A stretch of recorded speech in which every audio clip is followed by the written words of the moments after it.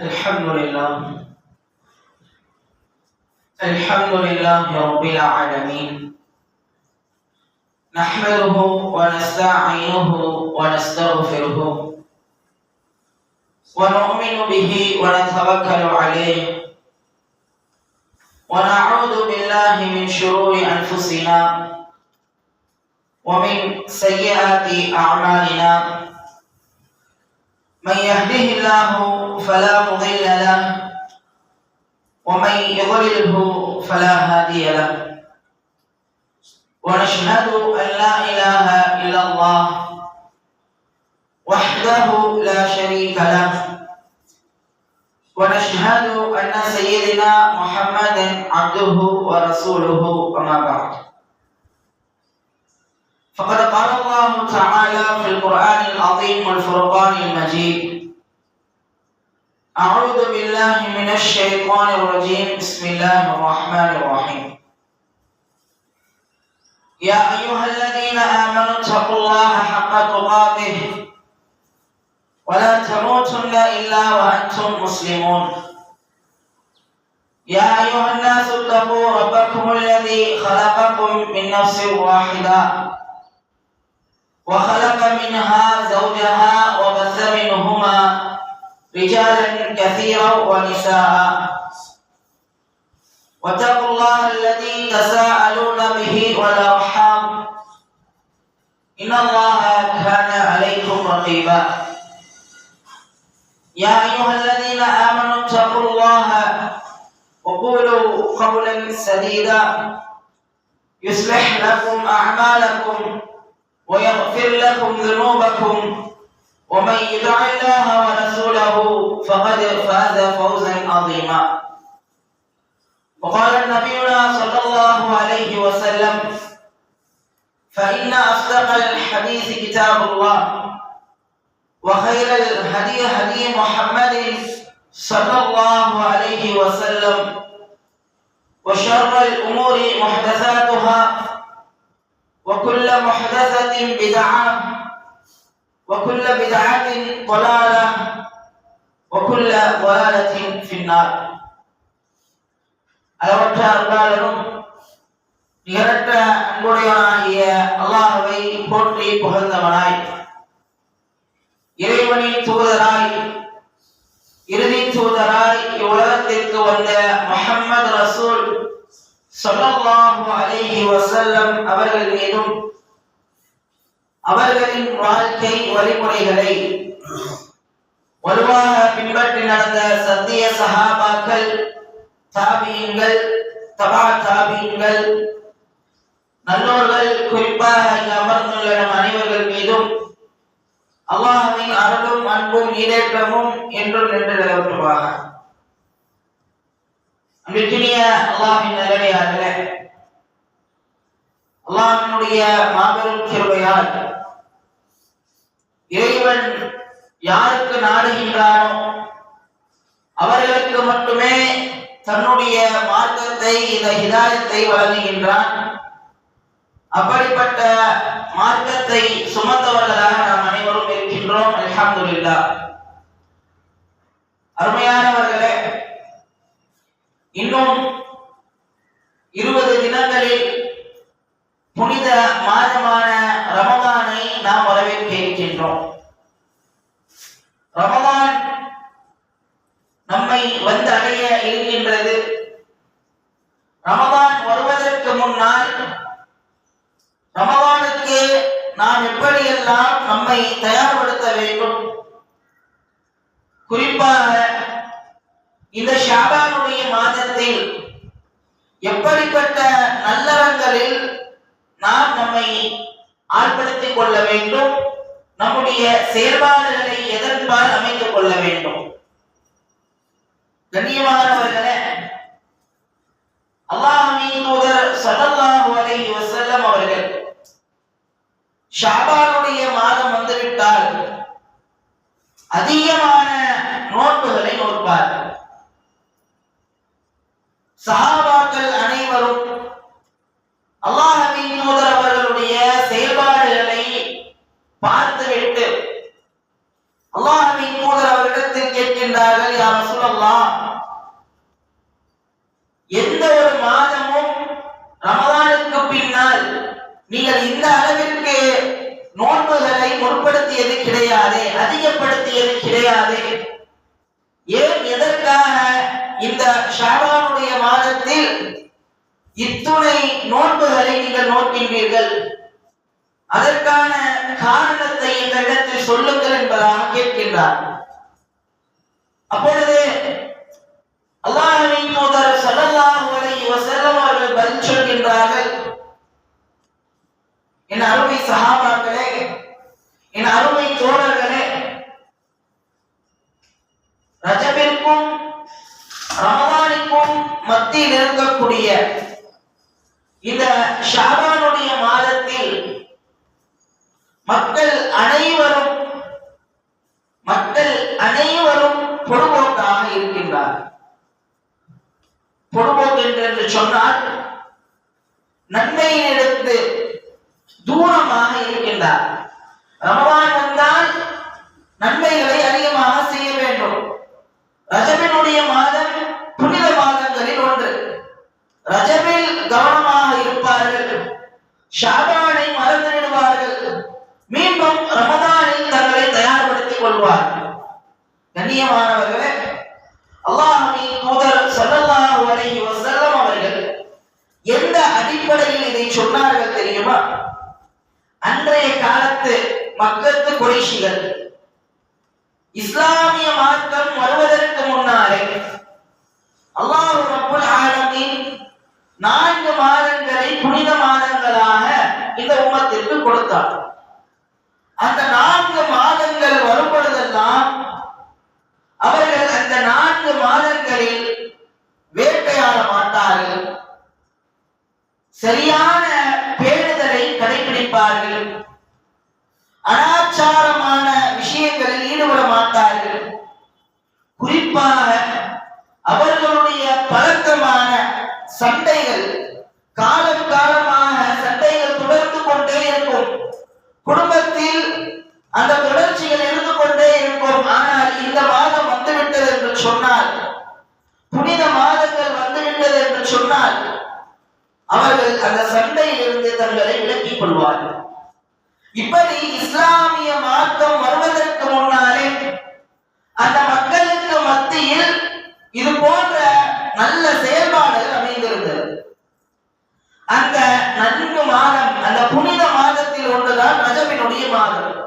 ரஜப மாதத்தில் கவனமாக இருக்கக்கூடிய அன்றைய மக்கள் ஷாபானில் எந்த ஒரு நல்ல அமலையும் செய்யாமல் ரமலானுடைய மாதத்தில் மீண்டும் தங்களை அவர்கள் தயார்படுத்திக் கொள்வார்கள் நல்லறங்களை செய்வதற்கு. அப்பொழுது அல்லாஹ்வின் தூதர் ஸல்லல்லாஹு அலைஹி வஸல்லம் அவர்கள் சொல்லி காண்பிக்கின்றார்கள், இந்த ஷாபானுடைய மாதத்தை மக்கள் மறந்து விடுகின்றார்கள். ஆனால் இந்த ஷாபானுடைய மாதம் எப்படிப்பட்ட மாதம் தெரியுமா? இந்த ஷாபானுடைய மாதத்தில் தான் இறைவனிடத்தில் நம்முடைய ஏடுகள் எல்லாம் எடுத்து செல்லப்படுகின்றது, அவனிடத்தில் காண்பிக்கப்படுகின்றது. அந்த தருணத்தில் என்னுடைய ஏடுகள் என்னுடைய இறைவனுக்கு முன்னால் காண்பிக்கப்படும் பொழுது நான் நோன்பாளியாக இருப்பதற்கு ஆசைப்படுகின்றேன். அதற்காகத்தான் இந்த ஷாபானுடைய மாதத்தில் அதிகமான நோன்புகளை நோக்கின்றேன். கண்ணியமானவர்களே, முதல் தகவல், ஷாபானுடைய மாதத்தை அதிகமான நல்லறங்களை நம்மை நாம் ஈடுபடுத்திக் கொள்ள வேண்டும். இரண்டாவது, அதிகமாக நோன்புகளை நோக்க வேண்டும். இந்த இரண்டும் எதற்காக அல்லாஹ்வின் தூதர் ஸல்லல்லாஹு அலைஹி வஸல்லம் அவர்கள் சொல்லி காண்பிக்கின்றார் என்று சொன்னால், இறைவனிடத்தில் நம்முடைய ஏடுகள் கொண்டு செல்லப்படுகின்றது. பொதுவாகவே அல்லாஹ்வின் தூதர் ஸல்லல்லாஹு அலைஹி வஸல்லம் அவர்களுடைய செயல்பாடுகளை நீங்கள் பார்த்தீர்கள் என்று சொன்னால் மிகவும் நுணுக்கமாக செயல்படுவார்கள். தம்முடைய சமூகத்தையும் அப்படித்தான் நடந்து கொள்ள சொல்வார்கள். ஒரு நாளில், ஒரு தினத்தில் காலையிலும் ஃபஜ்ர் தொழுகையிலும் அசர் தொழுகைக்கு பின்னாலும் நம்முடைய ஏடுகள், நாம் செய்யக்கூடிய செயல்பாடுகள் இறைவனிடத்தில் காண்பிக்கப்படுகின்றது. அந்த தருணங்களில் யார் சுபு தொழுகையையும் அசர் தொழுகையையும் சரியான முறையில் ஜமாத்தோடு தொழுகின்றார்களோ அவர்கள் சொர்க்கம் செல்வார்கள் என்பதாக அல்லாஹ்வின் தூதர் ஸல்லல்லாஹு அலைஹி வஸல்லம் அவர்கள் சொல்லி காண்பித்தார்கள். ஏன் இதற்காக இந்த அளவிற்கு முக்கியத்துவம் தந்துள்ளார்கள் என்று சொன்னால், அந்த தொழுகைகளை பேணுவதில் மக்கள் பொறுப்போக்காக இருப்பார்கள். மக்களிடத்தில் அந்த நேரங்களில் கவனம் இருக்காது. ஃபஜ்ருடைய நேரத்தில் மக்கள் உறங்கிக் கொண்டிருப்பார்கள், அசருடைய நேரத்திலும் மக்கள் உறங்கிக் கொண்டுதான் இருப்பார்கள். வேலையை முடித்துவிட்டு வேலைப்பளுவின் காரணமாக உறங்கிக் கொண்டிருப்பார்கள்.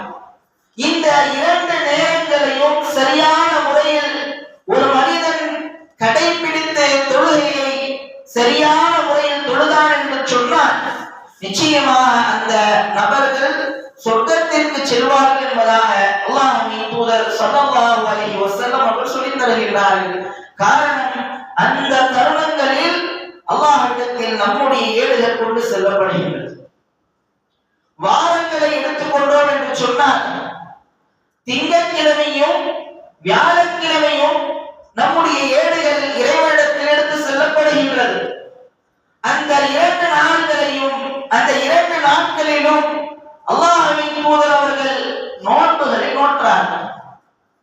அவர்களுடைய ஒரு வழிமுறையாக, ஒரு சுன்னாவாக இது அமைந்தது. அல்லாஹ்வின் தூதர் அவர்கள் எதற்காக நோன்புகளை அந்த தினங்களில் கடைபிடித்தார்கள்? பொதுவாகவே அவர்களுடைய வாழ்க்கையிலே வறுமை இருந்தது. ஆனால் அல்லாஹ்வின் தூதர் அவர்கள் இந்த இரண்டு தினங்களை எதற்காக தேர்ந்தெடுத்துக் கொண்டார்கள் என்று சொன்னால், கண்ணியமானவர்களே, நம்முடைய அமல்கள் இறைவனிடத்தில் காண்பிக்கப்படுகின்றது. அந்த தருணங்களில் நாம் நன்மையில் இருக்க வேண்டும், இறைவனுடைய வழியில் இருக்க வேண்டும் என்பதாக அல்லாஹ்வின் தூதர் அவர்கள் இந்த நோன்பை தேர்ந்தெடுத்துக் கொண்டார்கள். மூன்றாவதாகத்தான் வருடத்திற்கு ஒரு மாதமாக இந்த ஷாபானுடைய மாதத்தை இறைவன் தேர்ந்தெடுத்துக் கொண்டு இந்த மாதத்தில் நம்முடைய அமல்களை எல்லாம் பார்க்கின்றான். இந்த மாதத்தில் அல்லாஹ்வின் தூதர் ஸல்லல்லாஹு அலைஹி வஸல்லம் அவர்கள் ரமதானுக்கு பின்னால் அதிக நோன்புகளை நோற்றிருக்கின்றார்கள்.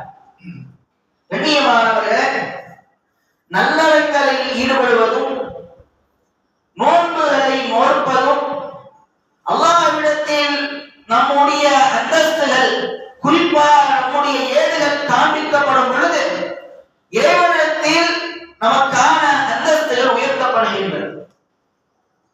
பொதுவாக அல்லாஹ்வின் தூதர் ஸல்லல்லாஹு அலைஹி வஸல்லம் அவர்களை பார்த்து இறைவன் தன்னுடைய திருமறையில் சொல்லி காண்பிப்பான், ஃபதஹஜ்ஜத் பிஹி நாஃபிலத்தன் லக்,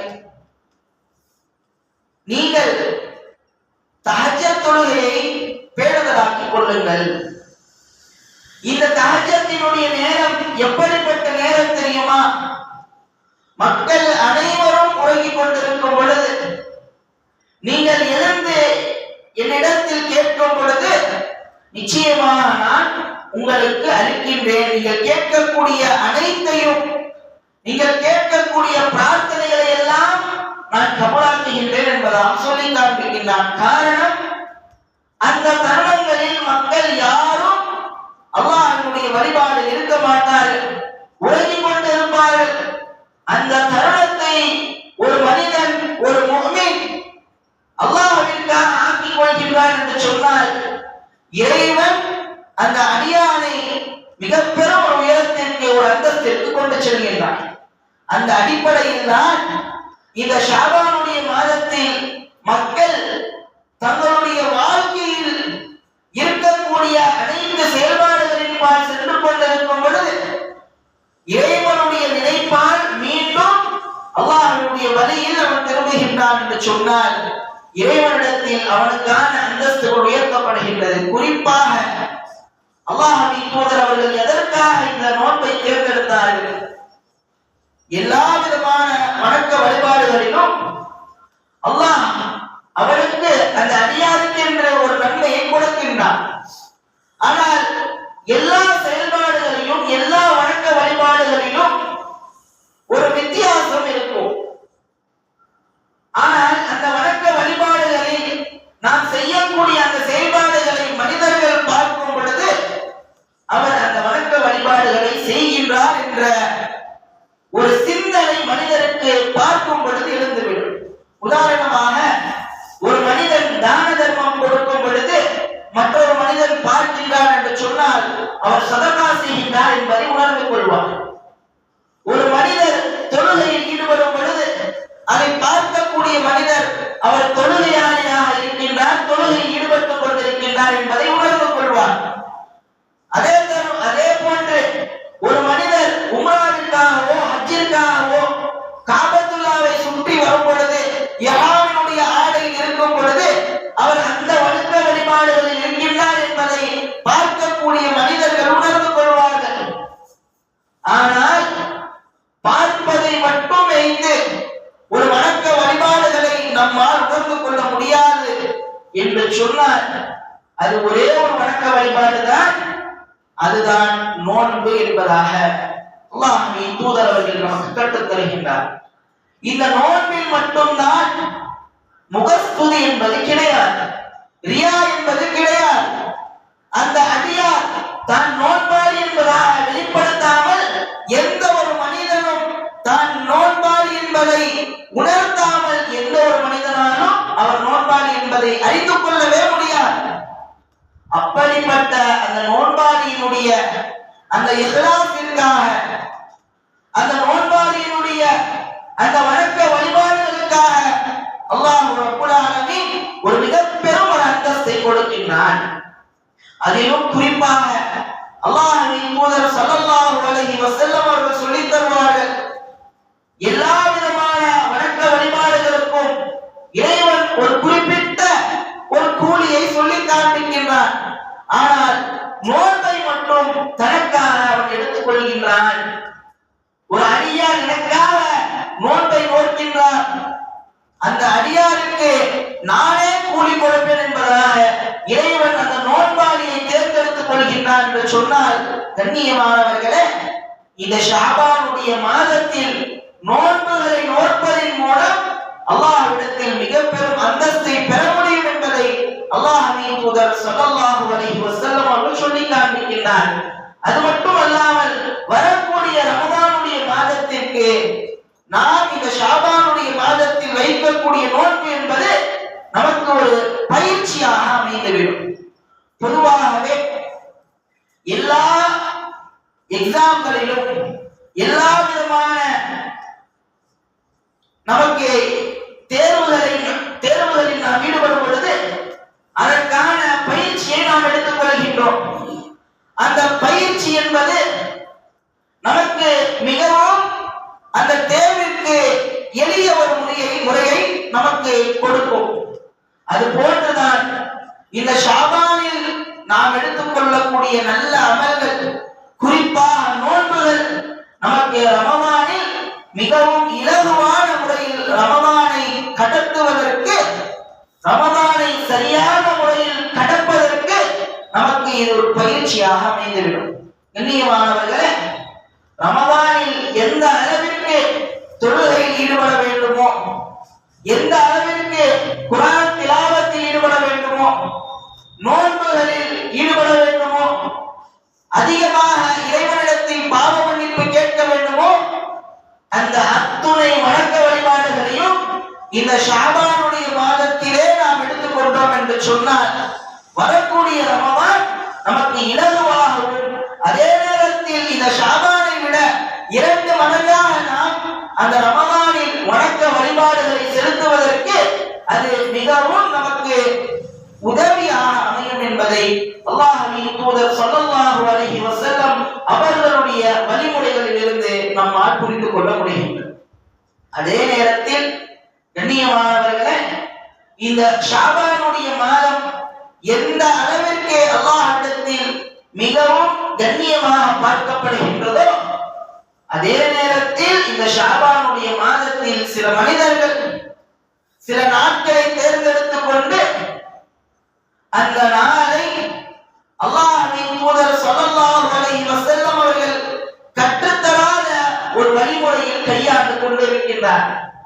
குறிப்பாக ஷாபானுடைய மாதத்தில் 15வது இரவை அவர்கள் அடைந்து விட்டார்கள் என்று சொன்னார். அந்த 15வது இரவு முழுவதும் நின்று வணங்க வேண்டும். இந்த இரவில் தான் திருமறை குர்ஆன் இந்த சமூகத்திற்கு வந்தது என்பதாக சொல்லிக் கொண்டிருக்கின்றார்கள். ஆனால் அல்லாஹ்வின் தூதர் அவர்கள் ஒரு பொழுதும் அப்படிப்பட்ட ஒரு வழிமுறையை நம்முடைய சமூகத்திற்கு கற்றுத்தரவில்லை.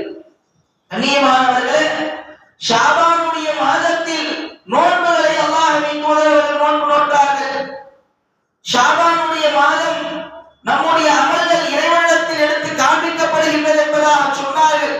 இதையெல்லாம் சொன்ன அல்லாஹ்வின் தூதர் அவர்கள் ஒரு பொழுதும் ஷாபானுடைய மாதத்தில் 15வது இரவு மிகவும் கண்ணியமான இரவு என்பதாக சொல்லவில்லை. அப்படி எந்த ஒரு ஆதாரபூர்வமான ஹதீஸும் எந்த ஒரு கிதாபிலும் இல்லை. அந்த வரக்கூடிய முரண்பாடான ஹதீஸ்களை நாம் எடுத்து பார்த்தோம் என்று சொன்னால் அதை அறிவிக்கக்கூடிய அறிவிப்பாளர்கள் அனைவர்களும் சஹாபாக்கள் இல்லாமல் இருந்து கொண்டிருக்கின்றார்கள். பொதுவாகவே அல்லாஹ்வின் தூதர் அவரிடத்திலிருந்து கேட்கக்கூடிய தகவல் நிச்சயமாக சஹாபாக்களுக்கு மட்டுமே இருக்கும். சஹாபாக்கள் இல்லாமல் ஒரு மனிதர் அல்லாஹ்வின் தூதர் அவரிடத்தில் நான் கேட்டேன் என்பதாக சொல்கிறார் என்று சொன்னால் கண்ணியமானவர்களே, அது ஒரு இட்டுக்கட்டுதல் என்பதை நாம் அறிந்து கொள்ள வேண்டும். அல்லாஹ்வின் தூதர் அவர்கள் சொன்னார்கள், யார் என் மீது பொய் சொல்லி இட்டு கட்டுகின்றார்களோ அவர்களுடைய இருப்பிடம் நரகம் தான் என்பதாக சொன்னார்கள். அந்த அல்லாஹ்வின் தூதர் அவர்களுடைய எச்சரிக்கையை நாம் மிகவும் கவனத்தில் எடுத்துக் கொள்ள வேண்டும். கண்ணியமானவர்களே, அல்லாஹ்வின் தூதர் அவர்கள் எந்த அளவிற்கு இந்த ஷாபானுடைய மாதத்தில் அதிகமான நல்லறங்களில் ஈடுபட சொன்னார்களோ, அதிகமான நோன்புகளை நோக்க சொன்னார்களோ, நோன்புகளை நோட்டு காண்பித்தார்களோ, அந்த வழிமுறையை மட்டுமே நாம் எடுத்துக்கொண்டு அல்லாஹ்வின் தூதர் அவர்கள் சொல்லாத, அவர்கள் செய்யாத, அவர்களுடைய வழிமுறையில் இல்லாத ஒரு விஷயங்களை நாம் ஒரு பொழுதும் எடுத்துக் கொள்ளக்கூடாது.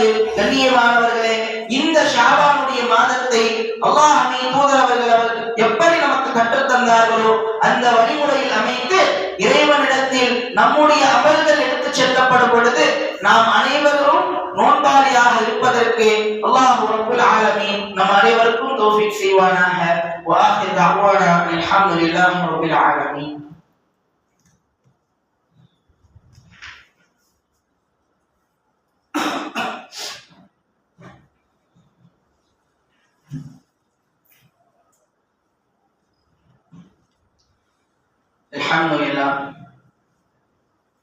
الحمد لله رب العالمين نحمده ونصلي على رسوله الكريم أما بعد. அருமையானவர்களே, தொடர்ச்சியாக நம்முடைய உலக நடப்புகளை நாம் பார்க்கும் பொழுது ஒரு புறம் சில துயரங்கள் நடந்தாலும் கூட சில தருணங்கள் நமக்கு ஆறுதல்களையும் கொடுக்கின்றது. முதலாவதாக நாம் கவனத்தில் எடுத்துக்கொள்ள வேண்டிய சில தகவல், தொடர்ச்சியாக தங்கத்தினுடைய விலை உயர்ந்து கொண்டே இருக்கின்றது.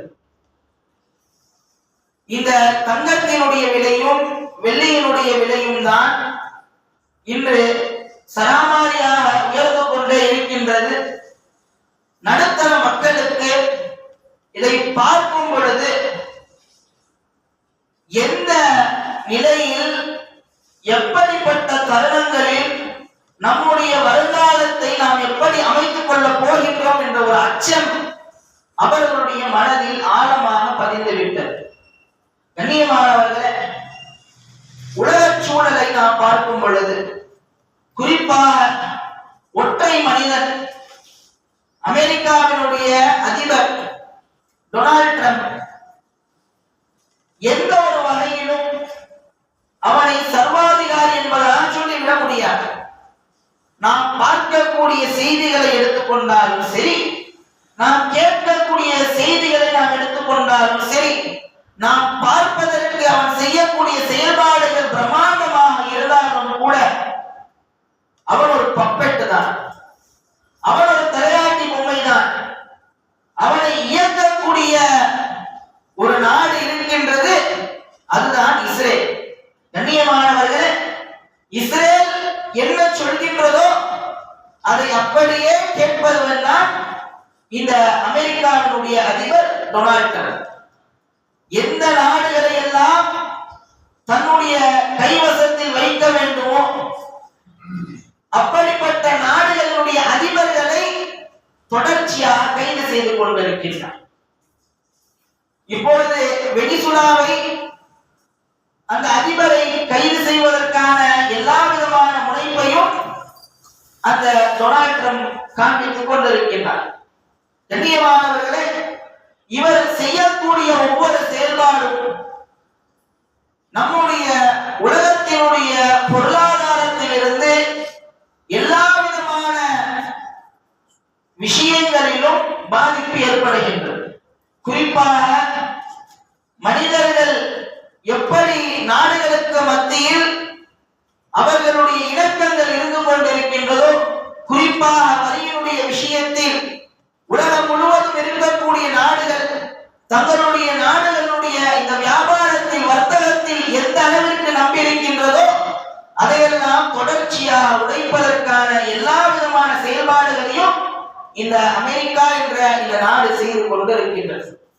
கண்ணியமானவர்களே, இப்படிப்பட்ட செயல்பாடுகளை எல்லாம் பார்க்கும் பொழுது நம்முடைய மனதில் நமக்கு ஏற்படக்கூடிய அச்சம், அதை எப்படிப்பட்ட ஒரு கையாளலை நாம் ஏற்படுத்திக் கொள்ள வேண்டும் என்று சொன்னார். கண்ணியமானவர்களே, இந்த உலகத்தில் நடப்பது எல்லாம் நிச்சயமாக நிரந்தரம் கிடையாது.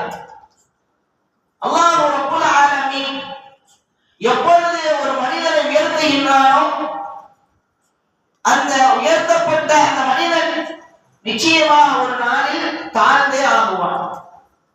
எப்படிப்பட்ட அதிபதியாக இருந்தாலும் சரி, எப்படிப்பட்ட சாம்ராஜ்யத்தையும் நடந்து கொண்டு இருந்தாலும் சரி, நிச்சயமாக அவன் ஒரு நாள் வீழ்ச்சி அடைவான் என்பதுதான் அல்லாஹ் ரப்புல் ஆலமீன் இந்த உலகத்தில் வைத்திருக்கக்கூடிய ஒரு சுன்னா.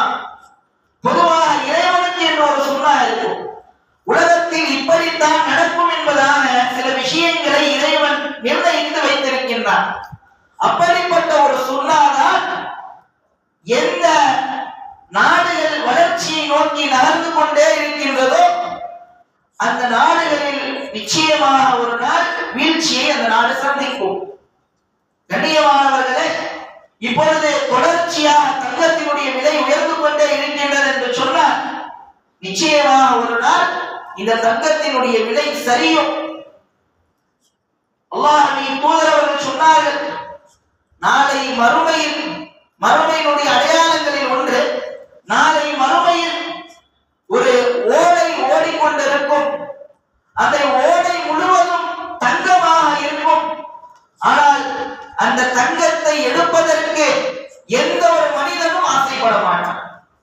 கண்ணியமானவர்களே, அந்த தங்கத்தை எடுப்பதற்கு எந்த ஒரு மனிதனும் ஆசைப்பட மாட்டான். எப்படி ஒரு மண் துகள்களை எடுப்பதற்கு மனிதன் ஆசைப்பட மாட்டானோ, கீழே கிடைக்கக்கூடிய கற்களை எடுப்பதற்கு மனிதன் ஆசைப்பட மாட்டானோ, அது போன்றுதான் நாளை மறுமையினுடைய அடையாளங்களில் ஒன்று தங்கமும் மனிதனுக்கு மிகவும் இலகுவாக கிடைக்கக்கூடிய ஒன்றாக ஆகிவிடும். அந்த தங்கத்தினுடைய மதிப்பு மனிதனிடத்தில் மிகவும் பலவீனமாக ஆகிவிடும். நிச்சயமாக ஒரு நாள் அது நடக்கும் என்பதாக அல்லாஹ் ரப்புல் ஆலமீன் தன்னுடைய தூதருக்கு அறிவித்துக் கொடுக்கின்றார். தன்னுடைய தூதர் அவர்கள் நம்முடைய சமுதாய மக்களுக்கு அறிவித்துக் கொடுக்கின்றார். கண்ணியமானவர்களே, நிச்சயமாக இந்த தங்கத்தினுடைய விலை ஒரு நாள் சரியும் என்பதை அல்லாஹ்வின் தூதர் அவர்கள் நமக்கு சொல்லி காண்பித்திருக்கின்றார். எனவே கண்ணியமானவர்களே, இந்த உலக வாழ்க்கையில் எதையெல்லாம் நம்முடைய மோகங்களில் ஒன்றாக இருக்கின்றதோ அதெல்லாம் மதிப்பை நோக்கி நகர்ந்து கொண்டிருக்கின்றதோ அதை பார்த்து அச்சப்படாமல் அல்லாஹ்வின் மீது முழுமையான தவக்கலை நாம் வைக்க வேண்டும். இரண்டாவதாக ஒரு ஒரு வாரத்திற்கு முன்பாக, ஒரு 4 நாட்களுக்கு முன்பாக நம்முடைய இந்த இந்திய நாட்டில் குடியரசு தினத்தை கொண்டாடினார்கள். எல்லா விதமான நாடுகளும் தங்களுக்கான குடியரசுகளை பெற்றுக் கொண்டிருக்கின்றார். யாரெல்லாம் சுதந்திரங்களை அடைந்தார்களோ அந்த நாட்டினுடைய மக்கள் தங்களுடைய நாடுகளை எப்படியெல்லாம் வளர்ச்சி பாதையை நோக்கி நகர்த்த வேண்டுமோ அதற்கான சட்ட நூல்களை தயார் செய்தார்கள். அப்படிப்பட்ட சட்ட நூல் தயாரிக்கப்பட்ட ஒரு நாள் தான் ஜனவரி 26. இந்தியாவினுடைய அரசியலமைப்பு சட்டம் தயாரிக்கப்பட்ட நாள் ஜனவரி 26. இந்தியாவில் இருக்கக்கூடிய அரசியலமைப்பு சட்டம் தான் எல்லா உலக நாடுகளையும் விட மிகவும் பிரம்மாண்டமான விசாலமான சட்டங்கள் நிறைந்தது. ஆனால் கண்ணியமானவர்களே, அரசியலமைப்பு சட்டத்தில் இருக்கக்கூடிய முகப்புரை, அதாவது முன்னுரை என்பதாக சொல்லலாம், அஸ்திவாரம் என்பதாக சொல்லலாம். அந்த முகப்புரையில் சொல்லப்படுகின்றது, இந்தியாவில் இருக்கக்கூடிய ஒவ்வொரு சமயத்தை சார்ந்தவர்களும் ஒவ்வொரு குடிமகன்களும் தங்களுடைய அனைத்து உரிமையையும் சகோதரத்துவத்தையும் சமயத்தையும் பின்பற்றுவதற்கான எல்லா விதமான உரிமைகளும் கொடுக்கப்படுகின்றது. குறிப்பாக அவர்கள் அனைவர்களுக்கு மத்தியிலும் சம உரிமை கொடுக்கப்படுகின்றது. அவர்கள் பேசுவதற்கான உரிமை கொடுக்கப்படுகின்றது. அவர்கள் எந்த சமயத்தை தேர்ந்தெடுக்க வேண்டுமோ அந்த சமயத்தை தேர்ந்தெடுப்பதற்கான உரிமை கொடுக்கப்படுகின்றது. அவர்கள் எந்த கல்வியை நோக்கி நகர வேண்டுமோ அந்த கல்வியை தேர்ந்தெடுப்பதற்கான உரிமை அவர்களுக்கு கொடுக்கப்படுகின்றது. இப்படிப்பட்ட அடிப்படை உரிமைகள் கொடுக்கப்பட்ட இந்த இந்திய குடியரசு, அந்த குடியரசின் கீழ் வாழக்கூடிய ஒவ்வொரு சமூக மக்களும் அந்த உரிமையை சரியான முறையில் வாங்கிக் கொண்டிருக்கின்றார்களா, பெற்றுக் கொண்டிருக்கின்றார்களா என்று கேட்டால் நிச்சயமாக கேள்விக்குறிதான். குடியரசு தினத்தை சந்தோஷமாக கொண்டாடுகின்றார்கள். ஆனால் யாருக்காக இந்த நாட்டினுடைய குடியரசு அமைந்ததோ, எந்த மக்களுக்காக ஒரு அரசியலமைப்பு சட்டத்தை இந்த நாட்டுக்காக அன்றைய மக்கள் உருவாக்கினார்களோ அந்த நோக்கத்தை நோக்கி இப்பொழுது இந்த அரசியலமைப்பு சட்டம் நகரவில்லை, நம்முடைய அரசாங்கமும் நகரவில்லை. கண்ணியமானவர்களே, தொடர்ச்சியாக குறிப்பாக நம்முடைய சமூகத்தை சார்ந்த மக்களுக்கு எல்லா விதமான துன்பங்களையும் இந்த அரசாங்கம் கொடுத்துக் கொண்டுதான் இருக்கின்றது. எல்லா விதமான விஷயங்களிலும் சரி, வர்த்தகத்திலும் சரி, வியாபாரத்தை எடுத்துக்கொண்டாலும் சரி, வணக்க வழிபாடுகளில் எடுத்துக்கொண்டாலும் சரி, அவர்கள் எங்கெல்லாம் செல்கின்றார்களோ எல்லா விதமான இடங்களிலும் அவர்களை நசுக்குவதற்கான எல்லா விதமான முயற்சிகளையும் எடுத்துக் கொண்டிருக்கின்றார். கண்ணியமானவர்களே, தேவையில்லாத இடங்களில் தேவையில்லாத பிரச்சனைகளை கொண்டு வந்து மக்களுக்கு மத்தியில் இருக்கக்கூடிய அந்த சமத்துவத்தை உடைத்து, அந்த மக்களுடைய ஒற்றுமையை உடைத்து, மக்களுடைய ஒற்றுமையை கிழித்து, அந்த மக்களுக்கு மத்தியில் ஒரு குழப்பத்தை ஏற்படுத்தி விடுகின்றார்கள். அதன் மூலம் மக்கள் பிரிந்து விடுகின்றார்கள். மக்களுக்கு மத்தியில் இருக்கக்கூடிய ஒற்றுமை இல்லாமல் இருக்கின்றது. எப்படி இந்தியர்களாக இருக்கக்கூடிய முஸ்லிம்களும் சரி, முஸ்லிம்கள் அல்லாத இந்தியர்களும் சரி, இந்த இந்தியாவில் வாழும் பொழுது எப்படி சகோதரர்களாக வாழ்ந்தார்களோ அந்த சகோதரத்துவத்தை உடைப்பதற்கான எல்லா விதமான சூழ்ச்சிகளையும் இந்த அரசாங்கம் செய்து கொண்டிருக்கின்றது. கண்ணியமானவர்களே, பக்கத்தில் இருக்கக்கூடிய மாவட்டம் மதுரை மாவட்டம். அந்த மதுரை மாவட்டத்தில் இருக்கக்கூடிய ஒரு கோவிலில் அது போன்ற அந்த தினத்தில் ஏற்றப்படக்கூடிய தீபம் எப்பொழுதும் ஏற்றப்படும்.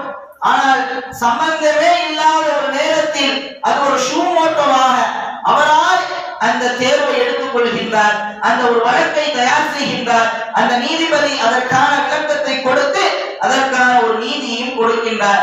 இந்த நீதி அரசாங்கத்தால் எடுபடவில்லை, அரசாங்கம் அதற்கு எதிராக மாறுகின்றது. இருந்தாலும் கூட மீண்டும் 2 நீதிபதியினுடைய அமர்வுக்கு செல்கின்றது. அந்த 2 நீதிபதிகள் மீண்டும் இந்த நீதிபதி என்ன சொன்னாரோ அதற்கு தகுந்தவாறுதான் அரசாங்கம் நடக்க வேண்டும் என்பதாக சொல்கின்றார். கண்ணியமானவர்களே, ஷூமோட்டோவாக அவராக ஒரு வழக்கை எடுத்துக் கொள்கின்றார், அவராக ஒரு வழக்கை எடுத்து விசாரிக்கின்றார், அதற்கான நீதி அவர் கொடுக்கின்றார். ஆனால் அந்த நீதி கொடுக்கப்படுகின்றது, அந்த நீதி மக்களுக்கு மத்தியில் இருக்கக்கூடிய அந்த சகோதரத்துவத்தை கிடைக்கின்றது. மக்கள் அமைதியாக அவர்களுடைய வழிபாடுகளை நடத்தி கொண்டிருக்கின்றார்கள். இப்பொழுது அந்த இடத்தில் இப்பொழுது ஒரு மிகப்பெரும் ஒரு பிரச்சனை திரும்பி இருக்கின்றது. கண்ணியமானவர்களே, அந்த நீதிபதி இருக்கக்கூடிய இடத்தில் இப்பொழுது புதிதாக 24 நீதிபதிகளை நியமித்திருக்கின்றார். ஒரு நீதிபதியினுடைய விசாரணையே ஒரு சமூகத்தினுடைய ஒற்றுமையை கிடைக்கின்றது என்று சொன்னார். அந்த சமயத்தை சார்ந்தவர்களாக, அந்த சித்தாந்தத்தை சார்ந்தவர்களாக 24 நீதிபதிகளை மீண்டும் அதற்குள் அமர்த்துகின்றார்கள். மீண்டும் அந்த 24 நீதிபதிகள் அந்த இடத்திற்கு வந்தார்கள் என்று சொன்னால், கண்ணியமானவர்களே, நம்முடைய சமூகத்தினுடைய பாதிப்பு எந்த அளவிற்கு மோசமாக இருக்கும் என்பதை நினைத்து பாருங்கள். நாம் என்ன இந்த இடத்தில் சொல்ல வருகின்றோம் தெரியுமா? இந்திய குடியுரிமையை பெற்றிருக்கக்கூடிய நாம், குடியரசினுடைய தினத்தை கொண்டாடி இருக்கக்கூடிய நாம், குடியரசு மக்களாக வாழக்கூடிய நாம், நம்முடைய உரிமையை சரியான முறையில் கேட்பதற்கான ஒரு தகுதியை நாம் வளர்த்துக் கொள்ள வேண்டும். அந்த கல்வி திறனை நாம் வளர்த்துக் கொள்ள வேண்டும். நாம் கேட்கக்கூடிய உரிமை, நாம் கேட்கக்கூடிய குரல், நாம் எழுப்புகின்ற குரல் அந்த அரசாங்கத்தினுடைய காதில் சென்று விட வேண்டும். நாம் தெருவில் இறங்கி ஆர்ப்பாட்டமோ போராட்டமோ செய்வதன் மூலம் எந்த ஒரு மிகப்பெரும் ஒரு பலனை நம்மால் அடைய முடியாது.